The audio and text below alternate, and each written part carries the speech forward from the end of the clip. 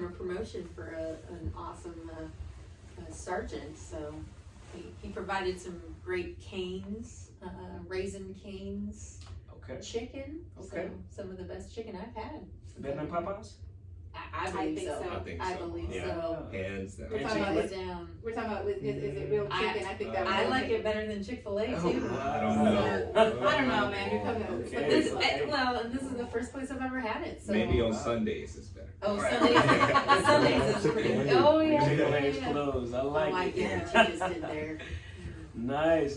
Well, hey, listen, everybody. We got our subject matter experts here from our G1 section, as mentioned before. They are very knowledgeable on anything human resources related. Now, today they're going to dive deep into IPPS-A. And if you don't know, stay tuned. You're going to get to know. All right. So, again, what is this whole IPPS-A thing about? Like, could you shed light on it? Well, I'm glad you asked. So IPPS-A is the Integrated Personnel Pay System Army, and it is a system that's going to take several of the HR systems that we currently use across all three components of the Army. Right. So you've got the National Guard, the Army Reserves, and active duty. So people transitioning from the active to National Guard or vice versa will have no issues. No issues. That's so awesome. this is going to be a system that finally brings us all together. So one system, so one record, one army for one soldier. So it's going to be amazing, especially for those HR folks out there that have had to be in the reserves, not get to use the same systems that active duty does. Now they're going to be able to all use the same system. It's going to be fabulous. And the one thing that I know I tell folks every time I go out and have these talks is this will fundamentally change how the Army does HR. So it's pretty important. Very important. Hey teammates, I don't know if you guys are out there, but listen up. This is something that's going to affect the Army as a whole, and we need you guys to adhere to whatever guidance these guys are going to bring, all right? So, excuse me, I got a little something in my throat. Watch my drink here. Oh yeah, definitely need that.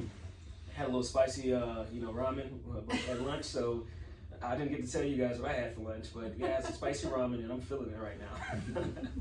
But so with this IPPS-A thing, I guess like what I want to get out of you guys, like what's the purpose behind it? Like why is it so important? And like, can you guys shed a little bit more light on that? Like why is this important to the soldiers? Yeah, we'll talk from the soldier standpoint. When we think, what do the soldiers need? One of the first two things we think of is leave forms and 4187s to process actions. How can IPPS-A make that process easier for the soldier as far as submitting it having it submitted in a timely manner and being able to track that process? Well, IPPS-A is going to do that. So it's not like gears though, right? Gears take a million years. Well, with gears, the person submitting it, they can't track it. Right. So the people inside of it process it, they can. That's so awesome. with IPPS-A, you submit it. You can also, you have eyes on it. That's right? awesome. You know who it's with, how long it was with them. So it's going to put a lot of people on notice. So you can put the onus on somebody like, hey, pinpoint you, commander, pinpoint you, S1 personnel. Like it stopped at your desk or stopped at your phone because it's going to be on the app, like on the application, right? Yes. All right. Is there going to be a desktop? Oh yes. So and then just to kind of caveat off of what Sergeant First Class Jacobs was saying. So for the soldier, this saves them a trip from going to the S1. Physically. Clutch. So you no longer and like you said, you're going to be able to track it. Gears right now, if you're the individual soldier, you can't see where that's at. Right. And so sometimes you don't even know if it's getting submitted. No. And so the soldier will now be able to see, and it's bringing that transparency that we've always talked about. Right. To the soldier and to the command. Yeah. Because even the command wonders where is it at in the S1. Absolutely. So the soldiers will now be able to track it, as well as just like Sergeant Jacobs said, the one thing that jaws are dropping everywhere is, notice he said there's no more DA Form 31. That's crazy. So, I mean, that alone should perk some interest. It's a game changer. Absolutely. I told you, fundamentally changing how we do HR business. Wow. Awesome. I would go even further in saying it's not fundamentally changing HR, it's a cultural change in the Army, because the culture of taking care of soldiers right now is putting a document in a folder with a cover sheet. And everybody who sees it has to sign this cover sheet. And it's on somebody's desk, and then the soldier says, hey, I don't know where this is at. And then you have to go to each desk to find out. It's paper. It's a physical document. This is on the web, so like Sergeant Jacobs was saying, the soldier can track it. I would add to that too, the soldier can see the comments, which is something different.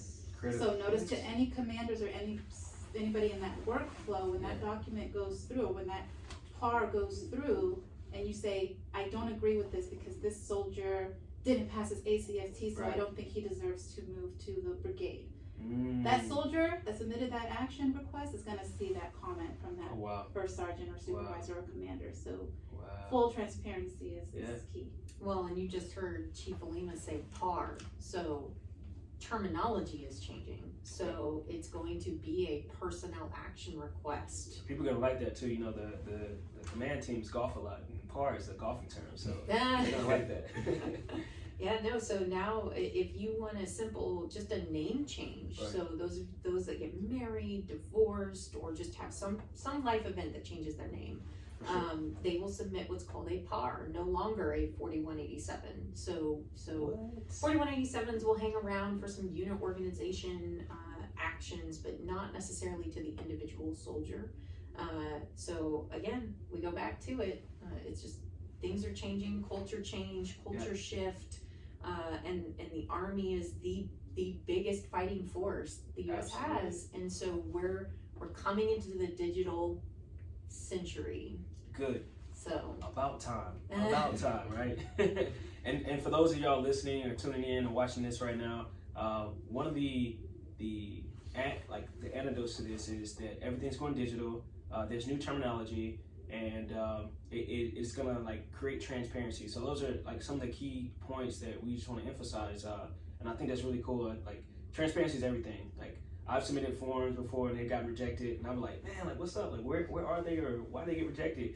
And to have that little note to say, hey, you need to submit your MedPros with this, or you need to submit X, Y, and Z with that. Oh yeah, by the way, what about MedPros and LES? Is that is that going to be submitted with the lead forms or the digital PARs, or is that a thing? So what will end up happening is we've all heard SOPs, right? So standard operating procedures. Individual units will set those because just like even now, adding documents to a form or to a packet or to a request, those are all internal unit SOPs. Right. So LESs, yes, eventually IPPS-A will subsume MilPay and be connected to DFAS systems, and you'll be able to navigate, but I'll leave that for some later comments that Chief wants to talk about when we go into maybe talking how the soldiers can prepare. Right. But overall, just stay tuned to your unit SOPs and understand that every unit, their policies may be a little bit different. Yeah. You can always add two, and just I'll pause there. Okay. Well, that's good. That's still good. I for one, if you were to break down IPPS-A and talk about the different components to it, like how would you do that? Like what is this whole like ominous IPPS-A thing? So I understand it's the integrated personnel pay system. Army. Mm-hmm. -Army. Yeah. Okay. So we already broke that down a little bit with the actual acronym. Integrated, man, broke it down. This is 3 compos. First time in our history that we're getting all 3 compos under one system. Wow. And then the personnel side of it, obviously, HR taking care of your soldiers and the records. And the pay portion of the system, HR professionals, we don't realize that some of the transactions we're doing right now does drive pay, but we're not MilPay, we're not finance. Yeah. So when we submit and we update a rank, it gets updated in DJMS, which is the finance system. Immediately. Well, right now it's supposed to be. It's supposed to be immediate, but now you're talking about you have eMilPA, which is our system, HR, and then you have DJMS, which is the finance system. There's a bridge that sometimes doesn't always get crossed between those. That's why you have a lot of soldiers. I got promoted on the 1st. It's the 20th, or it's the 1st of the following month, and I haven't gotten paid. Now you got to do a UTL and go to finance, and man breaks it down real well. Oh yeah. It's You a submit- mess. It's a mess. You submit that form, and then what do? Oh, I have a ritual where I hit submit to finance, and by submit I mean not in a system, in email. And Right. so you hit it over to an email, and you just cross your fingers, and I just start praying to God that it makes So it. that's the pay portion that we're currently working with, but Right. eventually the pay portion of IPPS-A in 2025, maybe as early as 2024, we'll see the mill pay system DJMS go away completely. Yeah. Just Okay. like our legacy systems are going away completely. Yeah. And then IPPS-A will be mill pay, and HR professionals are going to be finance. That's awesome. There's no documentation. Whatever transaction you submit in IPPS-A will drive the pay. So like you said, LESs will change automatically in the system. So IPPS-A is essentially going to bridge that gap, or those multiple gaps that we currently have, those friction points, those time lapses, or those delays in processing personnel management stuff, right? So we keep talking actions, but the one thing that we also haven't hit on is records. Okay. So understanding that also Chief mentioned the legacy systems. Right. So we have systems such as TOPMIS, that Mhm. officer strength and officer records, our ORBs, so Yeah. officer record briefs are held in, and then you've got EMILPO, which enlisted record briefs are held in. And I'm not talking IPERM, so that's a whole nother ballgame, right? Where all of our Love Me book documents are held Right. digitally. But you've already started to see the implications of IPPS-A. A couple years ago, you saw the SRB rollout, which is the soldier record brief. So that's what we're talking about: one soldier, one record, one army. No longer will you have the separations between ERB, ORB. Everyone will have an The same. SRB, and it will look the same. Wow. So updates will happen in IPPS-A, just like currently updates happen in EMILPO, but you have to wait for the bridge from EMILPO to TOPMIS for ORBs, and that's why you see ERBs update so fast, because ERBs are housed in EMILPO. So we're gonna take away some of these bridges, so you don't have to sit there and cross your fingers and Right. wait and hope that your record briefs get updated properly. So, yes.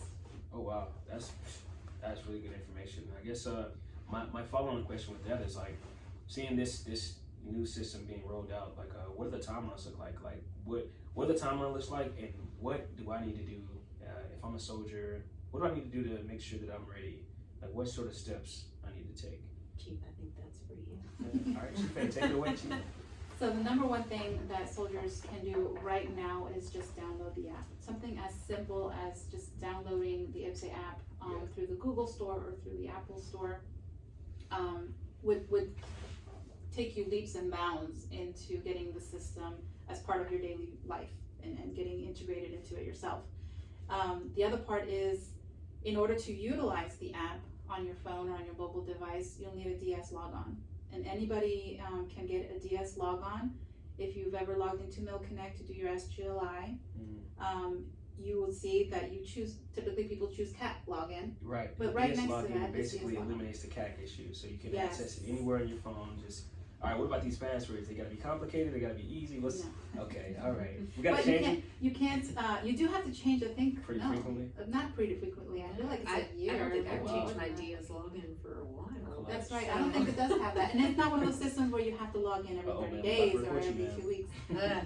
And you have to create the DS logon with your CAC in Okay. the computer. You can't do that. So that's just that one step. Right. That download the app, follow the instructions on the app. It's very simple. All right. I'm about to pull it out right now. I'm about to go ahead and download it since we're on this topic. And you then can continue log talking. in, log in with your DS logon, and then if you've done those two things, the third step as the service member, really as the customer of IPPS-A, is to do the self-service training. Wow. And all we ask is 1 hour of your time to go in and look at how to navigate this system.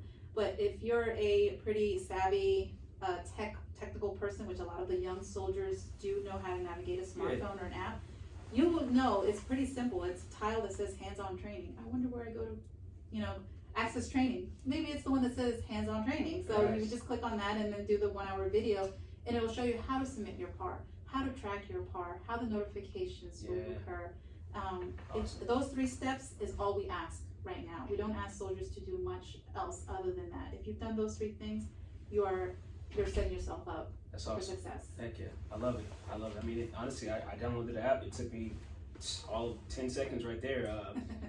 Literally no time. So my next steps, I need to create a DS login, conduct the training. Yes. All right, that sounds really sweet to me. Tell your soldiers about Tell it. my soldiers. So Because it's great if you do it as a leader, but it really, those individual soldiers, this system was built with you in mind. So with me, if you're already banking on an app on your phone, yes. I mean, this is going to be easy. And that actually struck home because you said with me in mind, and the first thing I thought about when she said that it's going to be a digital app on your phone, you can submit a PAR, which is not a DA31, but it's a PAR. I'm thinking myself, already on leave, or maybe, golfing on the weekend, PAR, or just anywhere with my family. When I want to submit a form, I can literally just, grab my phone, be like, hey, like, what dates are we going to see that wedding? Oh, boom, boom, boom. All right, submit my leave right there. I'm at home. I don't have to get a form and go submit it to my commander for signature. I can just literally submit it from my phone. I don't have to worry about the S1 processing it. That's pretty awesome. Like that takes out a lot of time. It creates efficiency and it creates easy access. I think it's it's easy access at the end of the day. I think that's the goal as well. Transparency. And transparency. We are bringing transparency to the soldier. That's awesome. And to the command teams. Yeah. So. That's pretty sweet. So I guess if you guys have any closing thoughts, I'm satisfied with somebody who knew nothing about IPPS-A. With this conversation, I feel like I'm ready to get prepared for the rollout. But if you guys got any closing comments, or I have one thing to add that I think is a game changer for this system, and that talk about that cultural shift. Right. There is no requirement for certain transactions for an S1 to type up in a key supporting document, right, like an order, or a DA31 has to be copied and then maintained. There's a lot of transactions, and I think most of the really important ones, once the commander hits approve, the document is automatically generated. Mm-hmm. And not only is it automatically generated, the update is done in IPPS-A automatically. When that commander hits approve, that name has changed already, automatically. The document is approved, the assignment order is generated automatically in the system for the soldier to download, and then it's automatically sent to IPERMs. Wow. So for the S1s, that's a big deal because we have to do all these scanning of documentation. It has to meet the 300 DPI, it has to be a PDF, but it has to be What if the zip files form. get stuck together? Yeah, How or often it- does we that put- happen? I didn't even think about that. We put the wrong social security number on there, it's all of that is cut out. And the cool thing It'll is automatically go. it's automatically in the app. So some of that admin information you don't have to refill. You don't have to fill it out again. So when you do a DA31, you have to type in Everything. Beavers, comma, first name, captain. DOD. All of that is already in the Wow. system. All you have to worry about is what's supporting documents according to the SOPs. Sign me up right now. And I'm that's ready. it. You don't even have to know who your S1 is. Nope. You don't even have to know who works in your S1. I mean, half the because people it'll don't go- know who their S1s are. It'll go automatically to whatever S1 you fall under. So Wow. That's So I awesome. think closing comments Yeah. or just to what are some last minute things to think about? One, this is coming. Yeah. It's not going It's here. away. It's here. Oh yeah. And S1s around the world know it's here right now. And I say around the world because we have been doing training on this for the last year. Yeah. So they're prepared. So go ask them questions. They are ready to answer your questions. And they want to answer your questions because this is for you. And then 20 September 2022 is when you can access the system, and it will be it'll go live. So go live happens on September 20th of this year, and we're excited. So I'm excited. I'm excited. I'm very excited. That is good information. Thank you guys for the transparency, for informing me and our guests as well who are tuned in. So remember, guys, download the app first and foremost. All right, make sure you get the IPPS-A app, and IPPS-A stands for what? Integrated Personnel Pay System. Awesome. Army. Army. Army. Download the app. All right, and then next, conduct the training and create a DS login. So those 3 things, and you're going to be set up for success. All right. thank you for tuning in to our Desk Side Brief. And G1 team, thank you so much for being here. Thank you. We'd love to have you guys again. We'll come back. Awesome. Can we get a photo? Can we get a photo? Whew. That wasn't so bad, right? Long. You're gonna have to cut it. You're gonna have to like. Felt really long. Whoa. You're gonna have to play with that. I kept looking like, ooh, I gotta record. How